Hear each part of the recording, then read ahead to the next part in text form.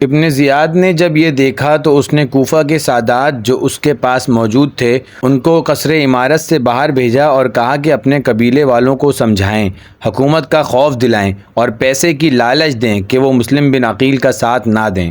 کوفہ والے وعدہ توڑنے میں ویسے ہی مشہور ہیں۔ انہوں نے جب اپنے سادات شیعہ کی زبانی یہ باتیں سنی تو ایک ایک کر کے وہ سب مسلم سے جدا ہوتے گئے، یہاں تک کہ مسلم بن عقیل کے ساتھ صرف 30 ساتھی مسجد میں رہ گئے۔ اب وہ ان کو لے کر واپس ابو کندہ پہنچے تو جب مڑ کر دیکھا تو کوئی بھی ان کے ساتھ نہ تھا۔ ادھر مکہ میں حضرت حسین رضی اللہ عنہ نے حضرت عقیل کے خط کے بعد جانے کی تیاری شروع کر دی، جس پر ابن عباس رضی اللہ عنہما اور دیگر صحابہ کرام نے ان کو نہ جانے کا مشورہ دیا اور کہا کہ کوفہ والوں نے پہلے بھی آپ کے والد کے ساتھ دھوکہ کیا، اب آپ کے ساتھ بھی دھوکہ کریں گے، آپ ہرگز وہاں نہ جائیں۔ مگر حضرت حسین رضی اللہ عنہ کے سامنے ایک عظیم مقصد تھا کہ نانا کے لائے ہوئے دین کو یوں مٹتا دیکھ کر خاموش نہیں بیٹھ سکتے تھے، اور دوسرا یہ کہ کوفہ والوں کے خطوط اور وفود اتنے تھے اور ان کا اصرار اس قدر تھا کہ اگر اس کی پاسداری نہ کرتے تو یہ ان کی نگاہ میں ہرگز درست نہ ہوتا۔ بالآخر حضرت حسین رضی اللہ عنہ کو اپنے خیرخواہوں کا مشورہ بھی اپنے عزم مصمم سے نہ پھیر سکا اور انہوں نے مکہ سے کوچ فرما لیا۔ عبداللہ بن جعفر رضی اللہ عنہما کو جب اس کی اطلاع ملی تو انہوں نے فوراً اپنے بیٹوں کو خط دے کر روانہ کیا کہ حضرت حسین رضی اللہ عنہ کو یہ خط دیں اور ان سے عرض کریں کہ وہ ہرگز کوفہ نہ جائیں، کیونکہ وہی مسلمانوں کی آخری امید ہیں اور ان کے پیشوا ہیں۔ اگر ان کو کچھ ہو گیا تو اسلام کا نور بجھ جائے گا، اور چلنے میں جلدی نہ کریں اور یہ خط سن کر وہیں ان کا انتظار کریں، وہ بھی ان کے پاس آئیں گے۔ اور عبداللہ بن جعفر رضی اللہ عنہ پھر والی مکہ عمر بن سعید کے پاس امن کا پروانہ لینے کے لیے چلے گئے۔ عمر بن سعید نے امن کا پروانہ بھی تحریری طور پر لکھ کر ان کو دے دیا اور ساتھ اپنے بھائی یحییٰ بن سعید کو بھی ضمانت کے طور پر ان کے ساتھ روانہ کر دیا۔ یہ دونوں حضرات جب حضرت حسین رضی اللہ عنہما کے پاس پہنچے اور ان کی منت سماجت کی کہ آپ ہرگز آگے نہ جائیں،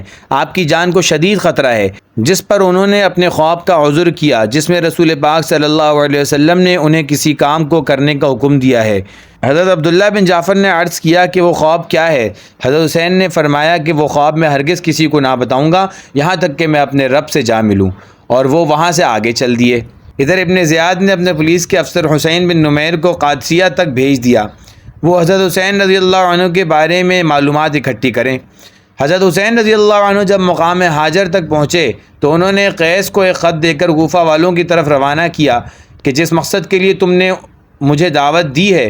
اور جس مقصد کے لیے تم نے مجھے بلایا ہے، میں اس چیز کو پورا کرنے کے لیے آ رہا ہوں، اور تم لوگ بھی اس میں زیادہ سے زیادہ کوششیں کرو۔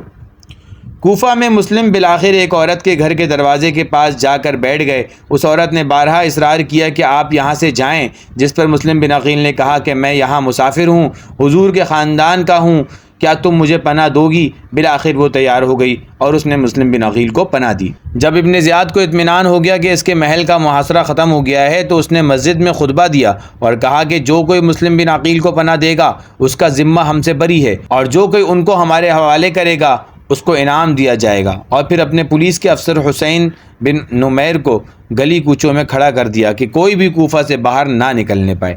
جب اس عورت کا بیٹا گھر آیا اور اس کو معلوم ہوا تو وہ بہت ناراض ہوا، اور جب اس کو اس بات کا احساس ہوا کہ پولیس اب ان کے گھر کی تلاشی لے گی تو اس نے خود ہی مخبری کر دی۔ زیاد نے محمد بن اشعث کی سربراہی میں 70 سپاہی دے کر ان کو گرفتار کرنے کے لیے بھیج دیا۔